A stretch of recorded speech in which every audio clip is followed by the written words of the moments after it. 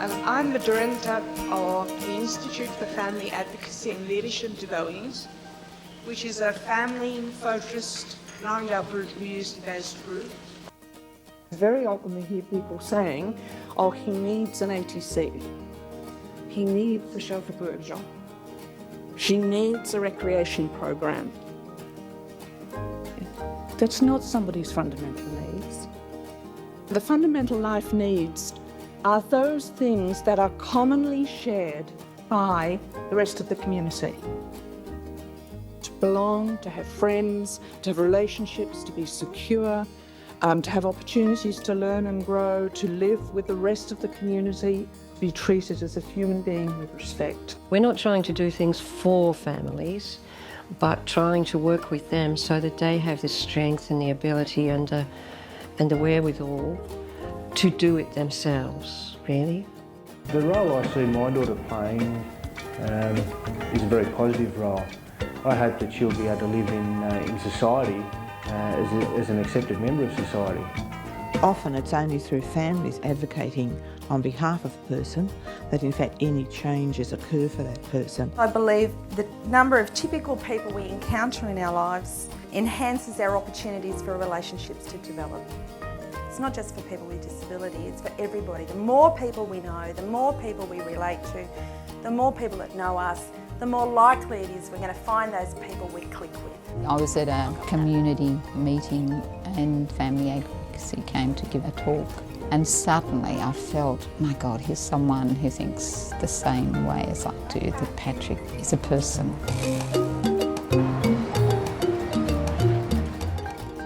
Get together some information. We've got some articles that might help in your planning.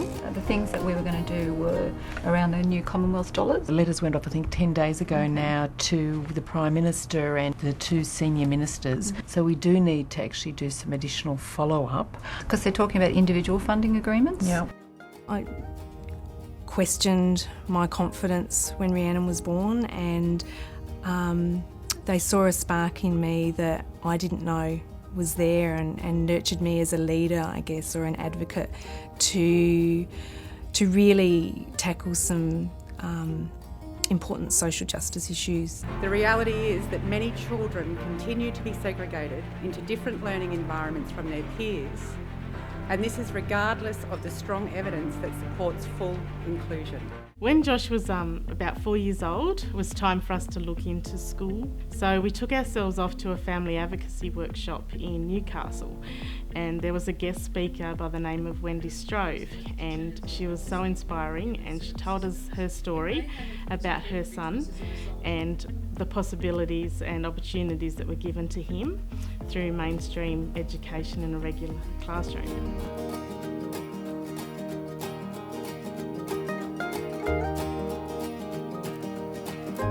From a very early age, I realised that Rachel was going to have different needs to her peers, but I still wanted her to have the same outcomes as her peers and have a life of her own. She's cooking in the kitchen, she's pegging out her washing, she's out doing archery and swimming and horse riding and pole dancing, and it's amazing how well she's developed and grown.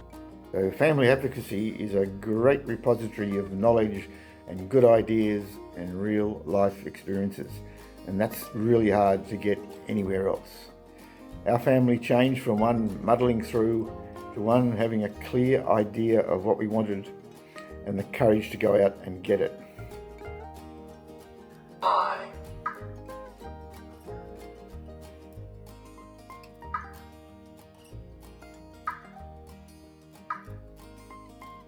have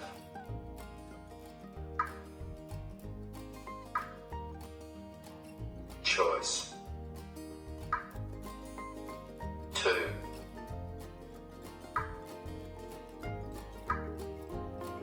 do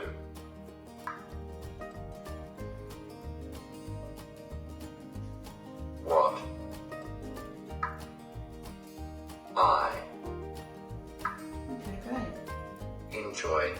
What about so kids with disabilities can be included in schools and have friends? Yeah, and be in schools and friends, and that's the same as ordinary people in the streets, I suppose. Yeah. And obviously, you have to be a poet. I work at the co-op, Yep. the community kitchen. Yep. Hmm. You help with Meals on Wheels as well? And I help with Meals on Wheels. I love helping people.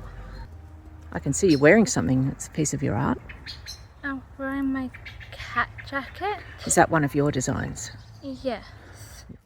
On my so I check the family and play the music. I enjoy a pop rock and country and jazz and give short sounds to the people and meet. A shared vision is vital in staying on the right path of inclusion towards building a valued life. It is essential to share the vision with people outside our family, as it gives us all a shared understanding and commitment towards our high expectations for John. Since Jacob was young, we've had a vision about what a good life would look like for him. For Jacob to be included in the community and to learn alongside other people. Part of that vision is about him living in his own home. Not living with strangers, not being supported by strangers. With him making the choices about his home, the same as most people do.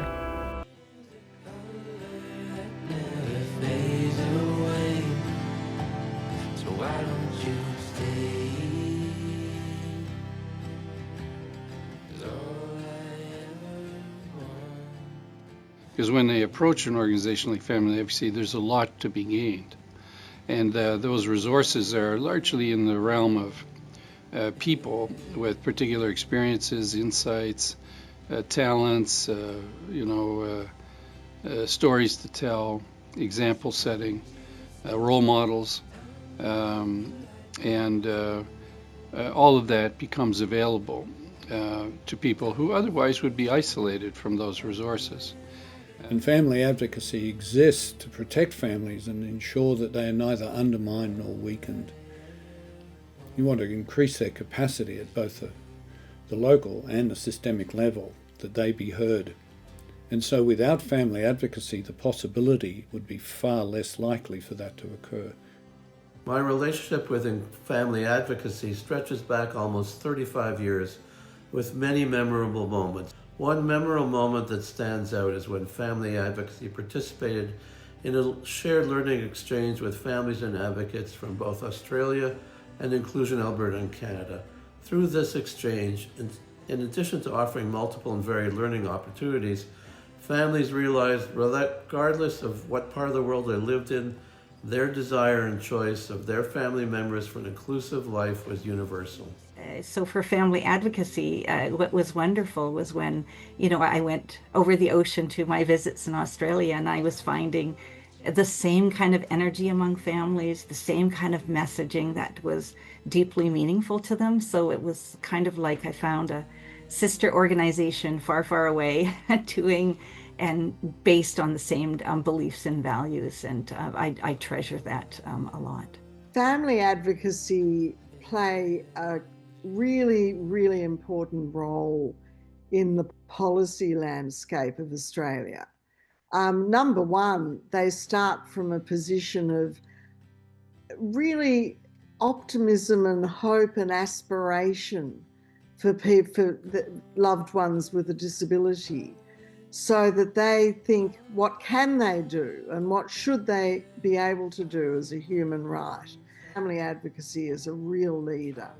And I guess for the next 35 years, I'd like them to take an absolute leadership role across Australia on some of these issues, which is a big ask. And, I know people might be groaning, but that's what I'd love to see because they're so important. It is the way of the world where I think ongoing advocacy will always be required for people with a disability. So I just love seeing young families with the energy and enthusiasm and taking up the challenge to advocate for a good life for their family member with a disability. I would suggest to focus on every individual's interests and to encourage connections with people who like the same things, as well as being proactive and having high expectations of themselves. And tell me, what's the thing you love the most about your life? Okay. Most of my life is my family, my friends, my hobbies. I love my life, I love my work, I love my house. I like anything. Old people knows me too well. Okay. My advice to parents in the room is to listen to us and not limit our potential. Even though you might be scared, give us freedom to fly and grow as a bee. I want people with disabilities to have the same basic human rights as everyone else. For the world to be inclusive, so we can have a good education like everybody in schools, fitting in together and having friends, having a job with equal pay, living an ordinary life,